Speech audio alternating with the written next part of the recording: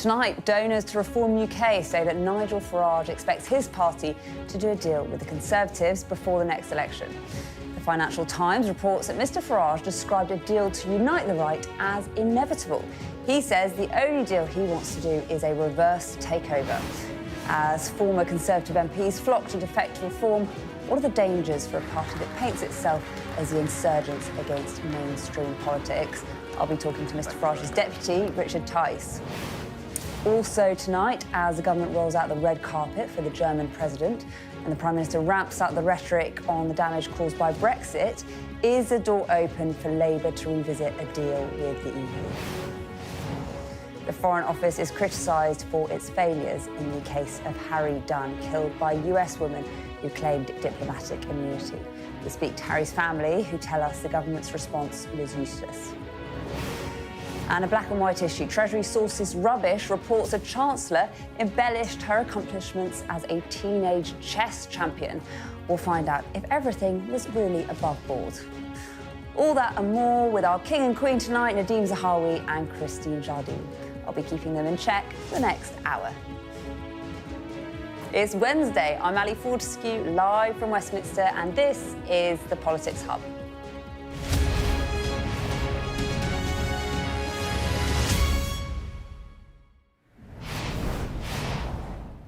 Hello, good evening. Will the right unite? Tonight, Reform's deputy leader tells us there is no way his party would do any pact with the Tories, after talk of just that made it to the front bench at PMQs today. Apparently, the leader of Reform says he wants to merge with the party opposite and sit down here with them. An absolutely unholy alliance of austerity and failure. But it is just basic maths, really. Right now, if many of the polls are right, no party would win an election outright. Between Labour, the Tories, Reform, Lib Dems, the Greens, deals might well need to be done. And I can't see Nigel Farage teaming up with Zach Polanski. And what about the left? Well, Keir Starmer today has rolled out the red carpet to an old European ally. Germany's president is here as the government talk up a deal with Europe and talk down Brexit. Some around him even want us back in the customs union. Could it be that Europe is the big issue that defines and unites the left?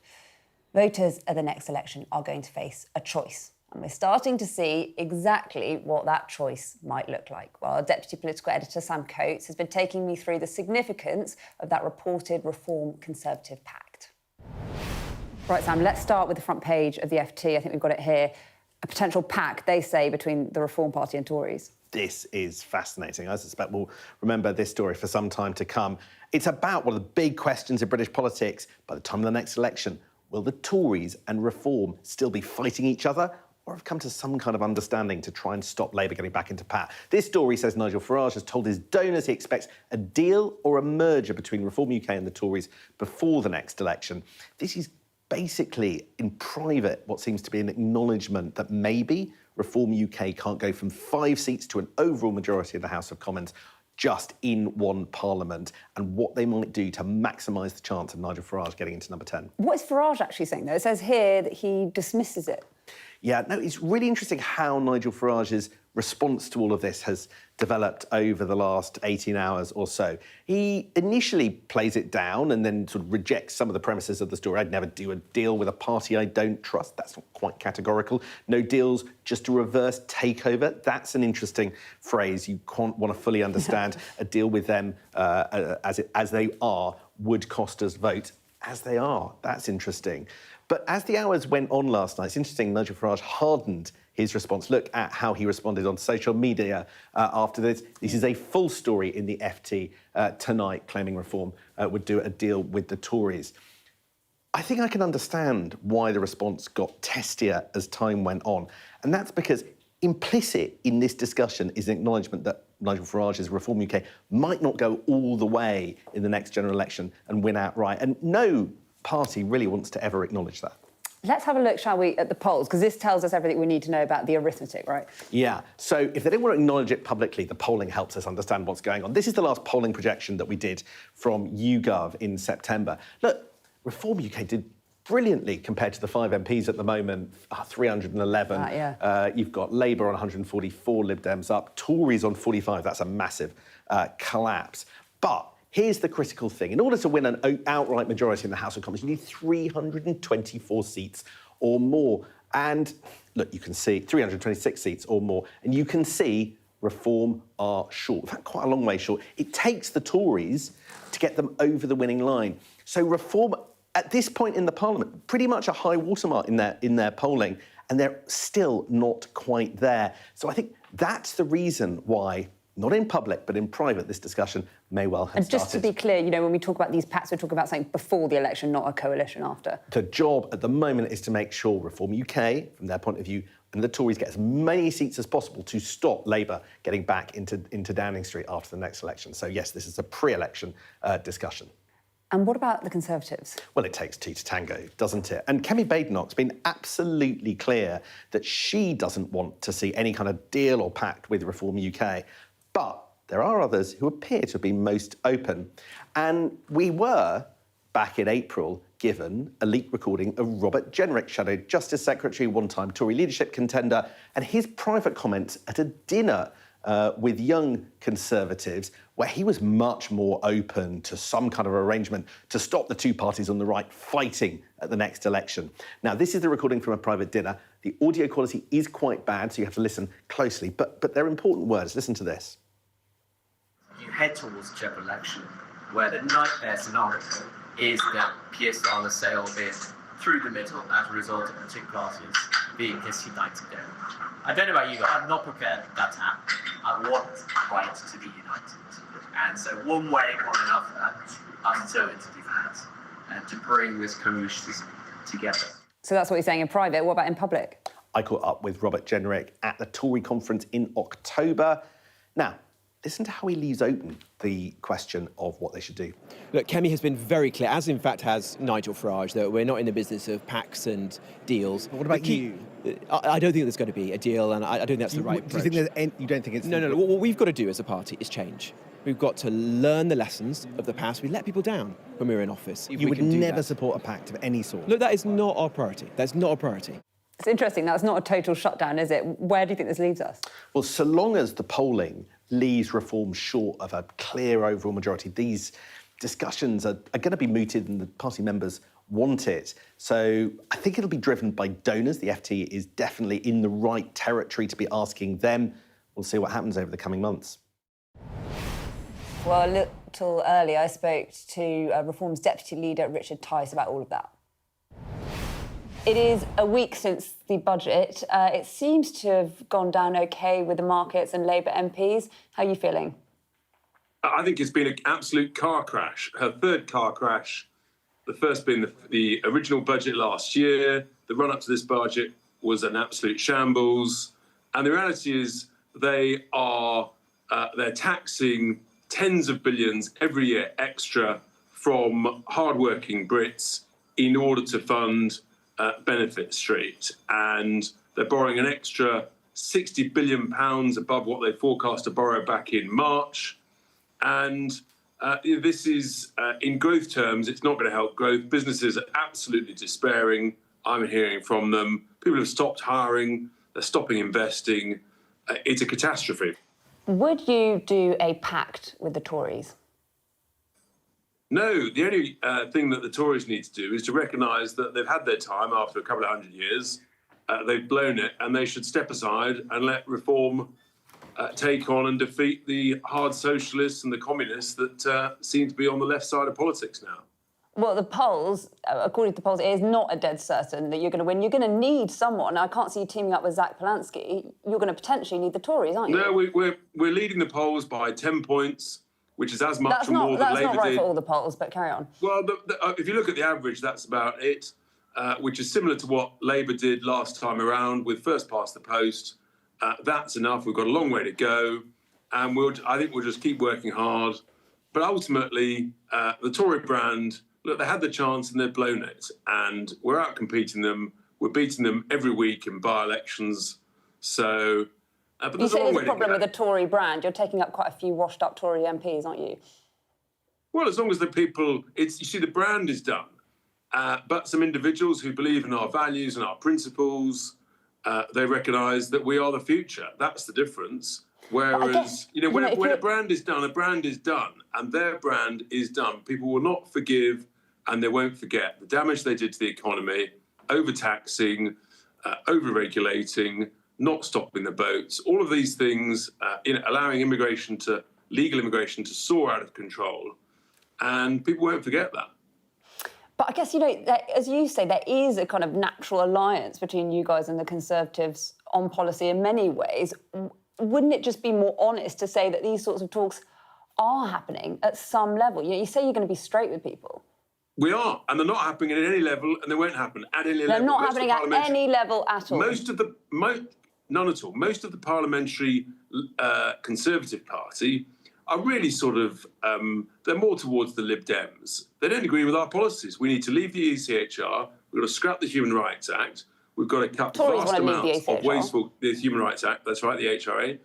And we have got to scrap large amounts of wasteful government spending, a whole bunch of stuff that, frankly, most of the Conservative Parliamentary Party don't agree with. So you're telling me right now, if there was a hung parliament, you would rather that Keir Starmer was Prime Minister than go in some sort of deal? There won't be a hung parliament. There'll be a... No, but if there was right now... You're talking in hypotheticals. I'm talking in our ambition. It's a question, and that's though. what we're going for. But don't you think... It's a hypothetical. I'm not dealing in hypotheticals. You asked me are the negotiations going on? But don't you think some of your supporters are going to disagree with that attitude, saying, that at no far level from it. would you Let me consider... tell you, I know exactly what our supporters want us to be true to our word, stick to our policies, work hard, keep winning by-elections, do really well next May, and reinforce the point. And, in the same way the Tories told us to stand down sort of last year in the general election, now, frankly, it's their turn just to step aside. They've had the go, they've blown it, and competition's a good thing, and we're replacing them. Move on. So are you saying the story in the FT today is just completely untrue? This is a story about Nigel Farage saying to a donor that there could be a pact. Either made up in the imagination of the journalist or in the imagination of maybe a couple of donors who wanted to hear something different from what they actually heard. Sometimes that happens in life. It's fine. I mean, just stuff happens. We're just moving on. We're not sort of in any way distracted by this. I know it fills a newspaper on a front page when it's a quiet day, but you think stories about Nigel Farage being racist at school are made up as well, do you? Yes, I do. I mean, I think it's a bunch of twaddle by a bunch of people. I mean, it just sort of feels like you're saying that things you don't agree with are just fake news. Well, frankly, those two things are fake news. End of story. I mean, people who come forward with a political bent, who didn't say it 5 years ago, 10 years ago, 15 years ago. It's just, look, this is fine. We're coming under extra scrutiny because people don't want us to win, and so they'll throw any mud against the wall to make it stick. It's the nature of it. We're winning by-elections every week. I think voters are voting with their feet and saying, forget it. Have you had any conversations with Nigel Farage about those claims, about what he said at school? You must have been uncomfortable when you read them. No, I wasn't uncomfortable at all because I knew they were completely untrue. I've said very clearly on the media. You didn't even have to ask him. It's nonsense. It's nonsense. It's twaddle, and that's that. I discuss lots of things with Nigel lots of times every day. And just to remind people, this is 20 people who have spoken to The Guardian claiming that he made racist and anti-Semitic comments at school. Would you be interested in Robert Jenrick joining the party? Oh, I think Robert might be the next leader of the Conservative Party from everything one's hearing. Look, we don't talk about any discussions with anybody. We don't give a running commentary. Who knows what may happen with the future with anybody? But I'm certainly not giving you any confirmation either way. A senior Reform source has told the Times that it would be the best thing for Robert to join Reform. All this stuff, people are getting very, very excited about stuff that I think is just... that's three stories you've told me just now, all of which, frankly, I think it's just nonsense. It's twaddle. Is it April the 1st, Ali? No, not quite, nearly. Thank you so much, Richard Tice. I know you've got to go, but thanks for talking to us tonight. Thank you. Right, let's bring in our panel for this evening, shall we? Former Conservative Cabinet Minister Nadeem Zahawi and Liberal Democrat MP Christine Jardine. Right, where to begin? Christine, I mean, were you guys going to do a pact with Reform? Oh, no. Oh, can you imagine? Oh, no, I can't imagine that would work. I see the stories today, and there is a logic to the Conservatives working with Reform. It's almost like in the last Parliament where we were sitting, we could see the government and we could see it splitting asunder. We could see the Conservatives different. You'll know more about this than I do, but we could see the splits emerging and the different views. And what we've got now in Parliament is a Conservative Party who've lost some of those dissidents or those who were further right to Reform. And, you know, the logical thing is neither of them are going to win the next general election. And from their point of view, the logical thing is to do some sort of deal, because nobody else is going to do a deal with Reform. On some level, don't they? Do you think he was disingenuous to say that these talks aren't happening on any level at all? No, I don't think. I mean, look, I think it's good, healthy competition. So Reform's robust position on immigration and illegal migration has moved the Conservative Party. My party's moved towards, you know, abolition or coming out of the ECHR. That wasn't the position when I was in Parliament. And, of course, on the economy, I think what Kemi and Mel have done has probably moved Nigel to much more sort of sound economic policy. So that's sort of healthy competition is a good thing. I don't think it helps Nigel to be seen as, you know, Tory 2.0, because he's clearly, with my old polling hat on, is picking up and is getting real traction amongst the Labour working class vote, who just think Keir Starmer's completely out of touch on everything from immigration to the economy and growth, and they're not seeing any of that. And therefore, he came up very quickly out of the stalls to deny this story in the FT, and I think that was right for him to do that. He's going to start getting attacked now because he's obviously leading in the polls. And you get all the sort of the silly season stories about something at school and all that sort of other stuff, and it doesn't help. It doesn't help Kemi either. These are not silly season stories. You know what I mean, as in because now he is seen as leading in the polls. You get all sorts of stuff coming up, but he's a seasoned pro and he'll deal with some of that. But on Kemi's side, it doesn't suit Kemi either to be seen to be doing any pact, because she's beginning to get real traction on the economy. And so I think this whole thing is more about sort of scrutinising the right versus the left. Now, as someone who cares about the country probably more than, I was slightly astonished at Andy Burnham saying things, it's party first, but for me it's country first. And I would hate to see, and you're not going to like this, a coalition between Keir, Ed Davey and Zach Polanski running the country, because that'd be a disaster for the country. Yeah. Are you open to that sort of coalition? But if you look at the polling, right, a coordinated campaign would keep Nigel out, and that would be very dangerous for the country, in my view. I think this can't be right. Surely you prefer that sort of coalition to Nigel Farage being Prime Minister, Christine? Well, first of all, I think we're far too far away from the next general election to be talking about coalitions. There's a lot can happen between now and then. And we've made it absolutely clear that we are interested in building our own party. We're not interested in coalitions or pacts. Certainly not at this point in the Parliament for anybody to be talking about it is silly, except for the fact that for Reform, they don't have any experience in government. They don't have anything to take to the electorate and say, look what we've done, other than a few councils that are going very badly from what we can see. So they need something to say to the country, look, we've got some credibility in government. And the only way they're going to have that is if they have an agreement with the Conservatives. None of the other parties will have an agreement with Reform. But if the Conservatives do that, and it might also save the Conservatives from complete oblivion, because they're going to have a very bad time in the elections in May. And what I'm picking up on the doors, and I appreciate you're the polling specialist, but what I'm picking up on the doors in my own seat in Edinburgh West, but also when I talk to my colleagues and we're out in different parts of the country, is that the Conservatives are in big trouble.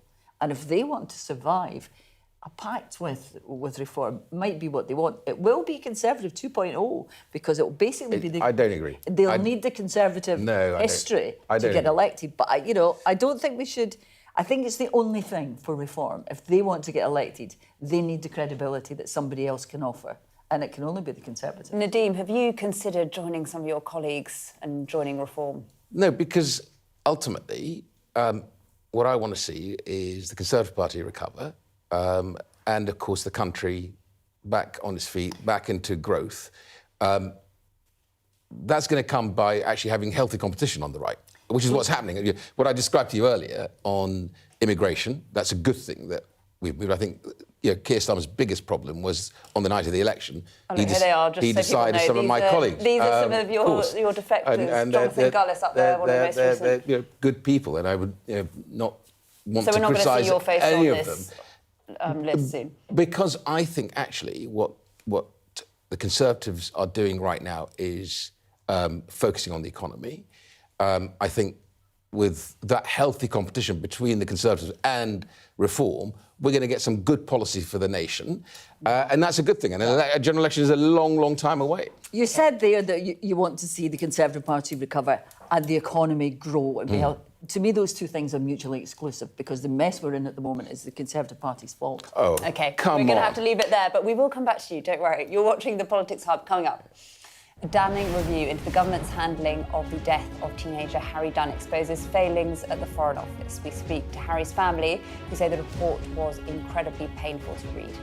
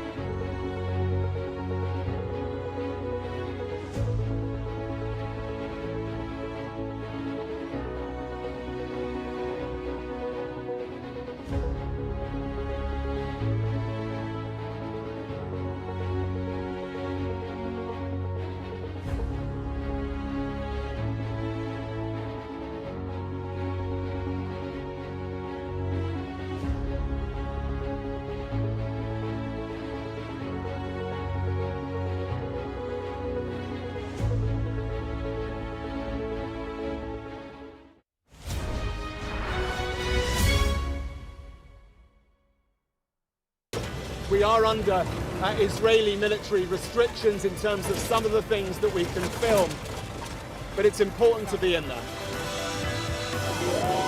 What a slow drive for the president as he approaches his golf club. 4 more years! Free wherever you get your news. I'm Mark Stone and I'm Sky's correspondent based here in Washington, D.C.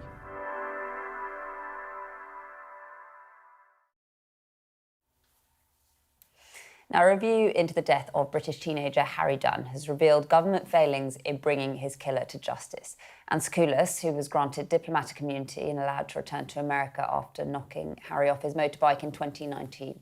The report says the Foreign Office missed key opportunities to influence the US and government to bring her back. The Justice Secretary, David Lammy, said that the government would accept all of the recommendations of the report. Well, Sky's Lisa Dowd has reported on the story right since the outset and has this report. His family had 6 years enjoying life with Harry as a teenager. Didn't even get it in your mouth. The 6 years since his death have been horrendous and made worse by their own government. They were incapable. They were totally incapable of helping us. Motorbiker Harry was 19 when a US spy crashed into him outside RAF Croton in Northamptonshire. Anne Sakoulas was at the wheel. When she left the UK with diplomatic immunity, Harry's family were heartbroken. They first went public with Sky News when they'd learned themselves that Sakoulas had gone. We don't know how on earth we can start to grieve for him because we have nothing, we have no justice, we have nothing to put our minds at rest that she's even remorseful. It was only when the UK government knew about this interview that the family was offered a meeting with the Foreign Secretary. At the heart of this was a mismatch. The US immediately escalated the case to the highest level. Here, the Foreign Office in London failed to grasp early on what was happening. It meant that they could only respond to events rather than influence them. Feeling abandoned, they took their fight for justice to Washington themselves. Nobody came with us to the White House to help us. Nobody come to mop us up and look after us from the embassy in Washington. We were just left to fight for ourselves. This final report into Harry's case makes 12 recommendations to improve support and communications with families and calls for more transparency over the complex diplomatic arrangements around US military bases in Britain. In a statement, Foreign Secretary Yvette Cooper said, "I have huge respect for the dignity and resolve Harry's family has shown throughout the period since his tragic death. We are committed to learning the lessons from this tragedy, especially on support for victims, ensuring that no family facing a crisis of this kind should have to fight for the support they rightly deserve." What words do you have for Harry Dunn's family today? Have a nice day. Anne Sakoulas admitted causing Harry's death by careless driving in 2022. She refused to return to Britain to appear in court, so was sentenced via video link. Her 8-month prison sentence was suspended. We've lost a lot of joy from our lives. It's very difficult to become excited about anything anymore. I think 6 years on, we've sort of resigned ourselves to knowing that that feeling in life is not going to come back. None of it changes the fact that Harry Dunn should now be a 25-year-old man. He is missed here as much as ever. Lisa Dowd, Sky News, Northamptonshire. Well, that story is sure to feature in tomorrow's papers. We'll have our extended press preview from 10:30 this evening with tonight's news and tomorrow's headlines. Joining us will be the Sun's political editor, Jack Elsom, and journalist and broadcaster, Jenny Kleeman. You're watching the Politics Hub. Coming up, as the German president receives a red carpet welcome and Keir Starmer talks up closer ties with Europe, we'll be discussing whether a revisit of the EU deal is on the cards.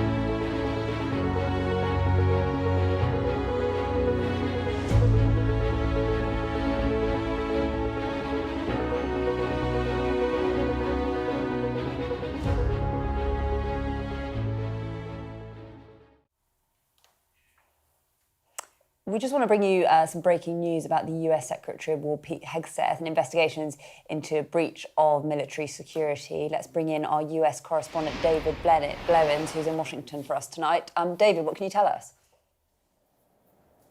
Well, the Pentagon's Inspector General has found that information shared by Defence Secretary Pete Hegseth in that Signal group chat back at the beginning of the year, had it fallen into the hands of a foreign adversary, would have, in his words, imperiled the lives of US troops.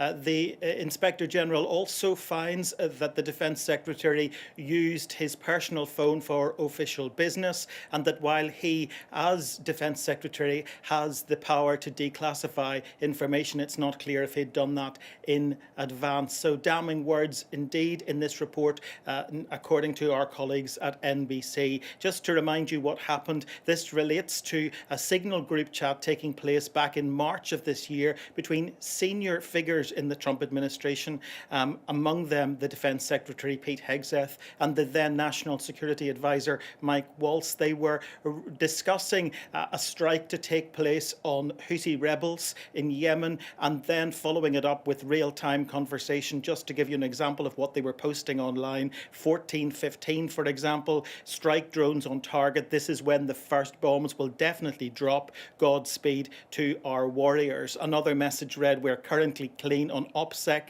That's operational security, of course, and it is an indication perhaps that they were aware of the sensitivity around this information. It later emerged that Pete Hegseth was also part of a second Signal group chat involving his wife, his brother, and his own personal lawyer, in which this kind of information was also being shared. And just to say also, this comes at a time of immense pressure on the man who now calls himself the Secretary of War, because of a second strike ordered on an already incapacitated boat coming from Venezuela across the Caribbean. Lots of questions being asked about that too on Capitol Hill, and this report will only add to the pressure now on Pete Hegseth. OK, David in Washington for us with the latest on that report into what Pete Hegseth shared on Signal. Thank you so much. Now, the UK has rolled out the diplomatic red carpet a few times this year, and today it was out for the German president as he makes an official state visit.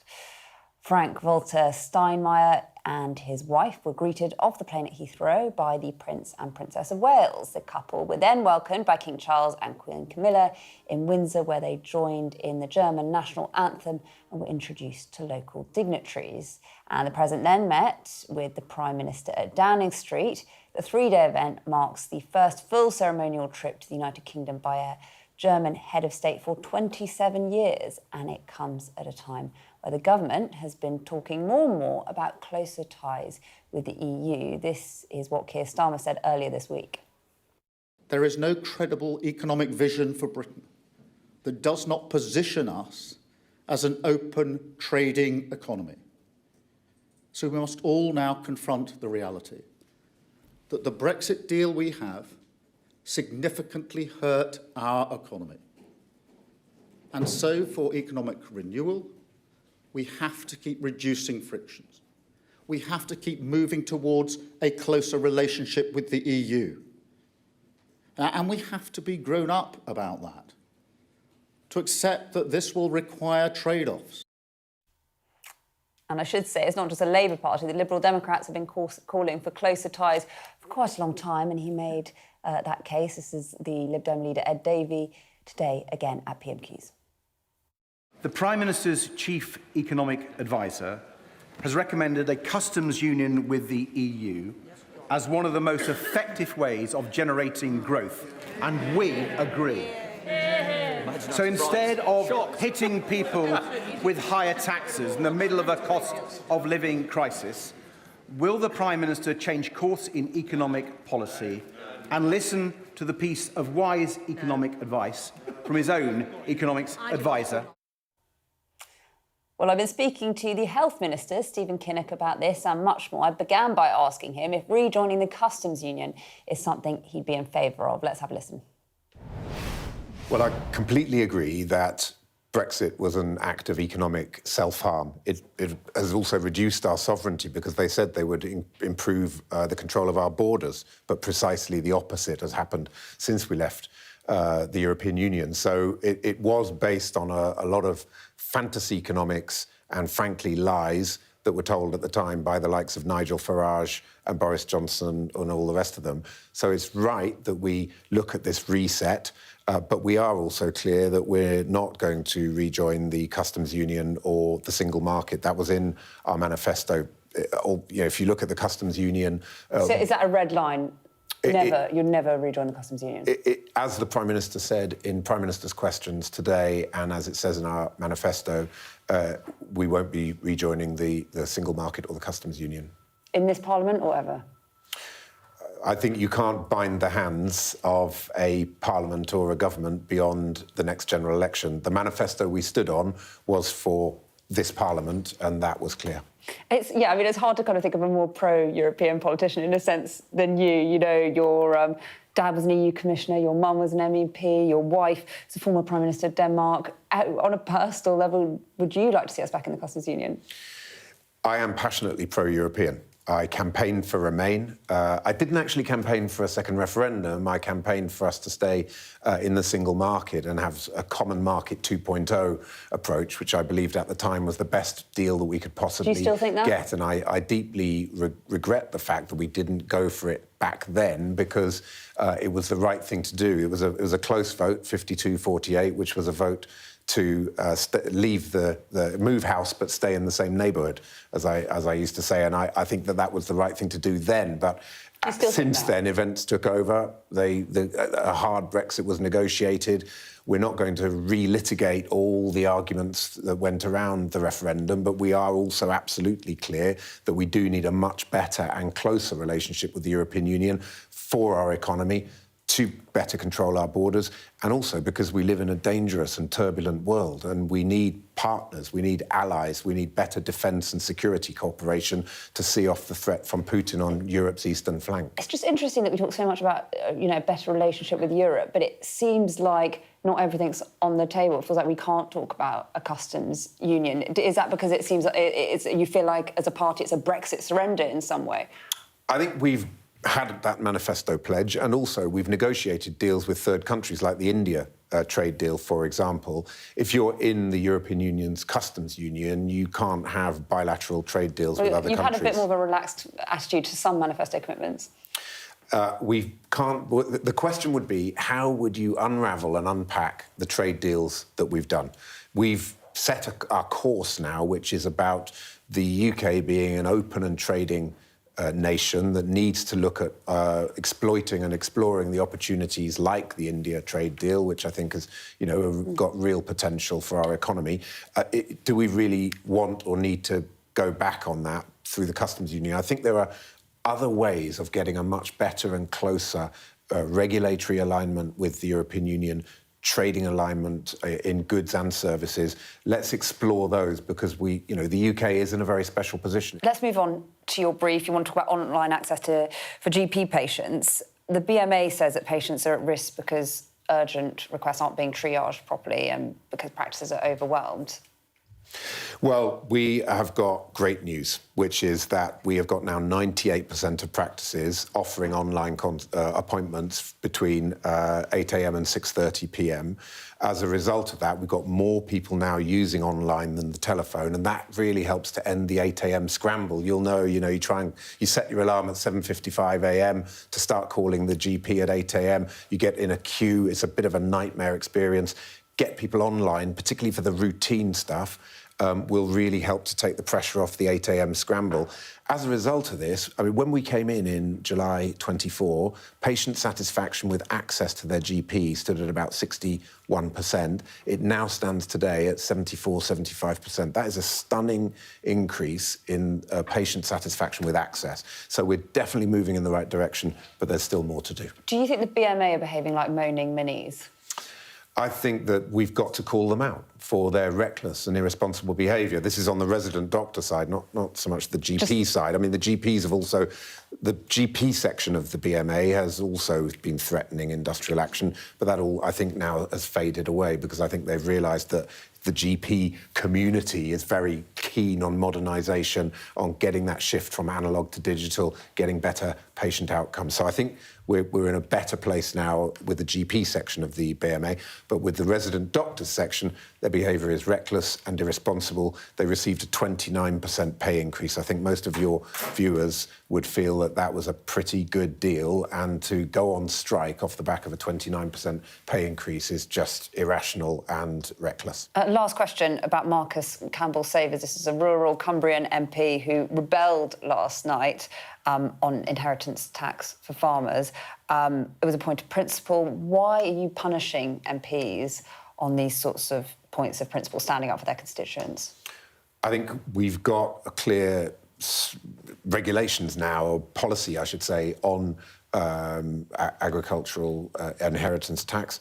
You've got to be earning over you've got to have but the value of your property has to be seriously high. I think it's about £3 million.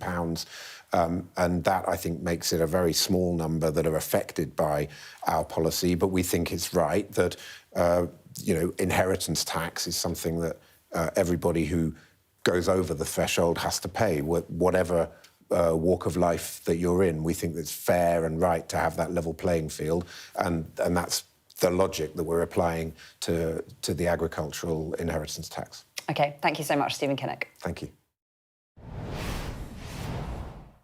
Right, let's bring our panel back in, shall we? Nadeem Zahawi and Christine Jardine. What do you think Europe is going to be the issue that brings the left together? Well, I think it's clear that something has to be done about our relationship with Europe, that improving it, we all agree, certainly apart from the Conservatives and Reform, we agree has to be improved. We now know that Brexit left a £90 billion black hole in our economy, and we have to repair that and we have to fix it. And the way to do it is by working more closely with Europe, rebuilding those ties.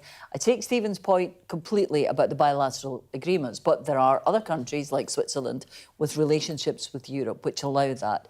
So what Ed Davies been talking about is a new customs union, a separate customs union, not rejoining the existing one, but having a relationship with Europe which is built specifically for us and allows us to benefit from that relationship in the way that we used to.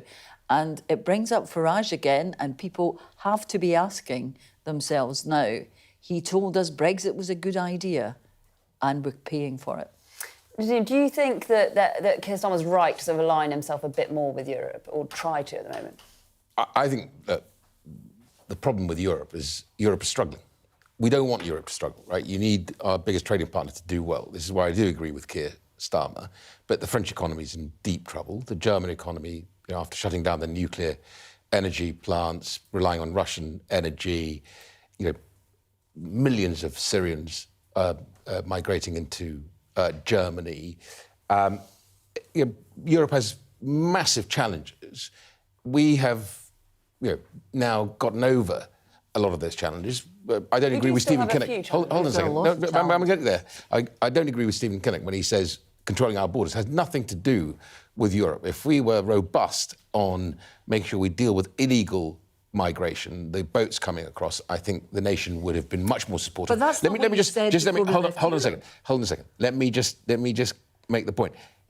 The moment you become sovereign, you can take decisions like offshore processing of illegal migrants. This government came away from it. Let me just come back to the other issue, which is really, really important, is every serious economist said, actually, the British economy has recovered much faster than people anticipated. There was friction early on. I don't dispute that. But if you're really, really smart and you want to create the growth and a dynamic economy, you continue to sign free trade agreements. The US gave us a much better deal than they gave Europe. Hold on a second. The US gave us a much better deal than they gave Europe. You've got the India deal, looking at the Middle Eastern deal. All these things can only happen when you're outside of Europe. Let them fix their problems. They've got to fix a lot of structural economic problems in Europe. That is a different argument from the one that we are making, the one that Stephen's making. We're not saying don't have free trade deals with India and the United States. We're saying we need a better relationship with Europe. We need a better deal. And on the controlling the borders, you know as well as I do that while we were in the European Union, if someone landed in France, they had to stay in France. They couldn't come here. A lot of the problems we are now facing with immigration are also because we left the EU. We just got to be robust about control. We're an island nation. We can control our borders if we were just robust about this stuff. And I think you'll find that will hurt you. That will hurt you on the doorstep when you go out there and say, actually, it's the fault of Brexit. It's not true. No, what is hurting people on the doorsteps is they see the impact of Brexit. And it's not us that it's hurting. It wasn't us that it hurt in the general election. It was the Conservatives. It was the pro-Brexit argument. Europe has, if everybody recognises, Europe has a sclerotic employment system that makes it very difficult for people to hire people and to grow the economy. We came away from that, and now this government is going back. The Unemployment Act, which, as I call it, will actually make it more difficult for businesses to grow in the UK. If we took the advantages of the freedoms we had, we would actually be much more dynamic and growth would return. Unfortunately, this government's not doing it. That's the real had thing. several years to do that. And what happened? Listen, I'm not disagreeing with you. I will put my hand up and say we made mistakes, but that doesn't mean that actually having the independence that we have, the sovereignty that we have, we can't take advantage of it and build a much more dynamic economy. Certainly, is your leader cutting through? Dave, we're hearing people are happy with Kemi. Some people think Kemi Badenoch's doing a good job at the moment. We've got now Zach Polansky cutting through. Nigel Farage seems to cut through in some way. Is Ed Davey cutting through? You used this quotes tonight. He was on the 6 o'clock news, I'm told, twice tonight. Yeah, I mean, he is, if you take electoral standards, he is the most successful leader we've had, I think, since Asquith in winning 72 seats. It was our biggest election win in 100 years. So it's very difficult now for anyone to say... I suspect that's because we were in a mess. The reality is... you admit it now. No, I said that earlier. I said it earlier. First, I put my hand up. The back end of the Conservative government was a difficult time. When my colleagues were going on television saying that the five families are meeting in some smoke-filled room, I was horrified at that. But the problem with Ed... If only the Brexit deal The problem with Ed is that he's not serious.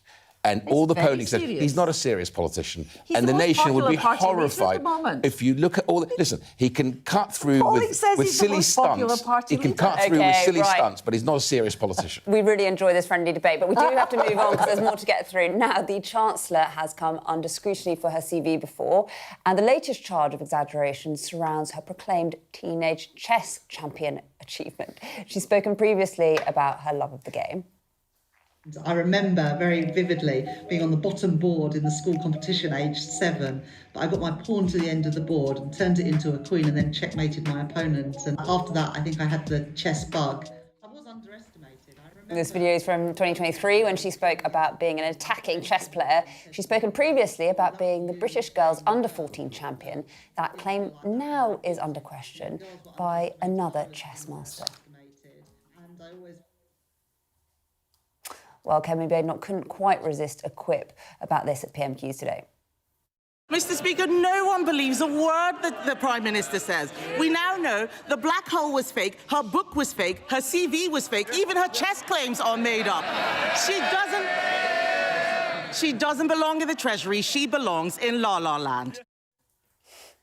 Well, we'll get a bit more detail on that in a moment. But first, a bit earlier, I got the thoughts of a man called Alex Edmonds, a former England junior team chess player, now Professor of Finance at London Business School, who believes that the Chancellor's claims are not quite above board. Here's what he had to say. So her claim was quite specific. She said she was the British girls under-14 champion. There is one event that can grant that title, which is the British Championship. And in the year that she claimed, it was Emily Howard who won that title instead. Does it matter? She was obviously very good at chess. Yeah, so if it was just one thing in the grand scheme of things, it wouldn't matter. You would judge a politician based on his or her policies, and there's indeed a lot of debate on the most recent budget. But that's something which is subjective opinion. People can agree or disagree on that. But what I'm trying to point out is some objective fact was that she wasn't the champion that she claimed to be. And again, this could be one misstep. But if this is part of a general pattern of behaviour, which might be saying that you're in the Bank of England for 1 decade, or that you're an economist at HBOS, that could be something that could then extend to some misrepresentation with actual consequences. And I suppose if you're in the chess world, do these specifics matter? They do. Why? Because she did indeed win a quite different title. So there was a BWCA championship, but that is a more minor title. I've won titles like the British squad title, but that is not the same. Just like running a marathon in London is not the same as the London Marathon. There is one event which is very prestigious, which is the British Championship. So the dispute is not whether she was a good or bad chess player. That should not be the criterion for a chancellor. But if you were not the British champion, you should not make that statement.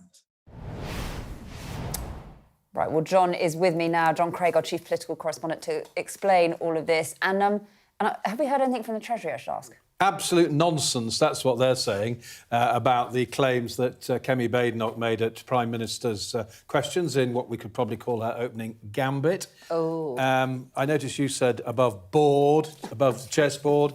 Anyway, the gentleman you've just interviewed, I wouldn't say he's made a career out of this, but he has spoken out about Rachel Reeves a few times. He's actually written a blog about it. Was Rachel Reeves British Girls Under-14 champion? And does it matter, he says?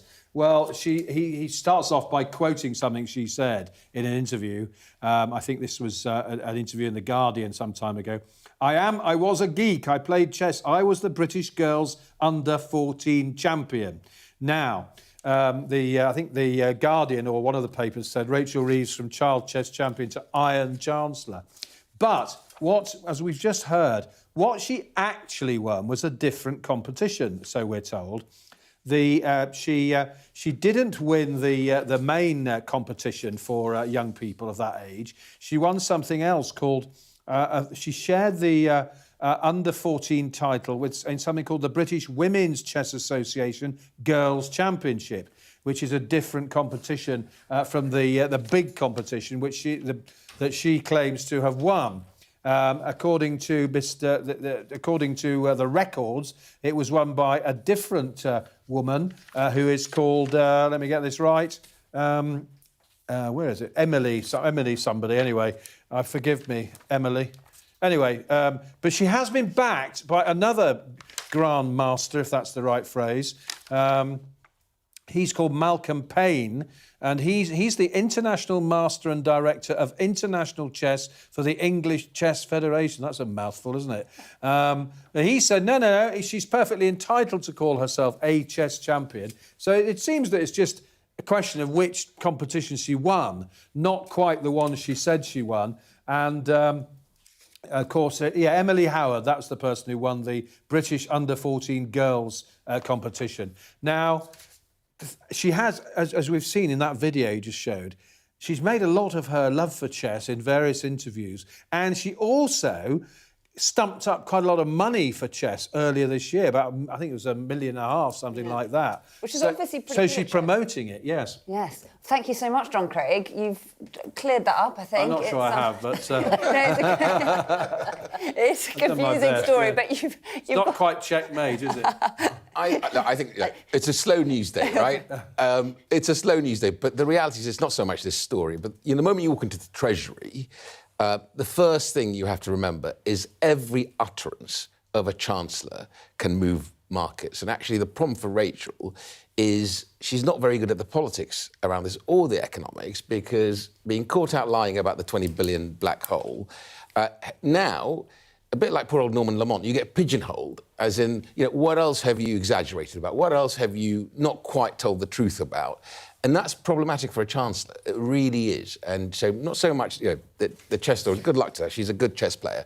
But the reality is... I can't imagine many markets were moved. Not about this. Whether or not she had won this chess championship. Hold on a second. When you tell the world that there's a £20 billion black hole and you're going to have to go That's further. not what we're talking about, though. No, but what I'm saying That's not what we're talking about. the fibbing is a problem for a chancellor. I think The problem is... I was going to say the problem is that, of course, there's been the challenges to her CV and also the plagiarising of the book. Christine, what do you think? I was so annoyed at this today when I saw it in the Times, because what struck me immediately was how many men who said by mistake, oh, it was that championship I won, would we have this with? This is two things to me. One, distraction from the fact that there's not actually an awful lot that the Conservative Party can say effectively about the budget. They don't seem able to do it. So we're getting all this other stuff. And it smacks, I hate to see this, of misogyny. It really smacks of the misogyny that women put up with all the time in politics. I'm sorry, it's there. Christy, this is self-inflicted. She went on television in November when she was told in October that she had a surplus. Went on television. We're talking about the chess. Hold on, I'm going to get to it. We're talking about the chess. I've just said to you, Christy, I've just said to you, the unfortunate thing, once you get pigeonholed as a chancellor in the way poor old Norman Lamont after Black Wednesday, and we're not going to sort of go through all the details of that right now, we don't have much time, Rachel Reeves now is pigeonholed as someone who has a strenuous relationship with the truth, right? And every journalist, young or more experienced, will be looking at different things she said in the past that they will scrutinise, and that's problematic for a chancellor. I am afraid this is all I did not realise that chess would ignite something. Thank you. Chess is good. That is it from us tonight. I will see you tomorrow up at 7. It is The UK Tonight with Sarah Jane Mee.